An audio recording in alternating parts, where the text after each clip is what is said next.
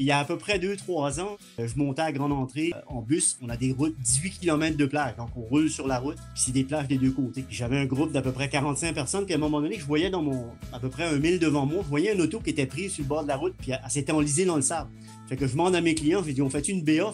On a arrêté le bus, on a sorti à peu près 25 groupes, on a sorti la dame sur un temps. Il est le guide touristique de ces quelques 200 km². Rendez-vous aux îles de la Madeleine. Les îles, c'est grand puis c'est petit. Moi, je viens du canton des Capes, du Pointe-Belance. Il y a plein de belles places qu'on a qu'à reparler. La Seine-Dio, qui est une pointe de sable à l'extrémité ouest, qui est un banc de sable, c'est magique. Les Madelinots, on est des gens accueillants, on est un peuple acadien. Nos ancêtres ont vécu des déportations. Mais ça, je pense que ça tisse des liens. Mon oncle, lui, est allé au musée de la mer, puis c'était un gars qui avait fait la chasse aux phoques dans les années 50, les années 60. Il a commencé à parler avec des gens qui étaient au musée, en passé des visiteurs. Là, il expliquait comment ça se faisait, la chasse, le canot, tout le kit.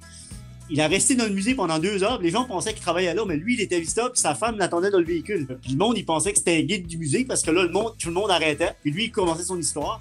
Moi, ce que je dis à la blague, c'est que moi, avec ma parole, j'ai réussi à gagner ma vie. La seule chose qui va m'empêcher de faire mon métier, c'est de perdre la mémoire. Je pense que la job d'un guide, en fait, tu joues comme un ambassadeur.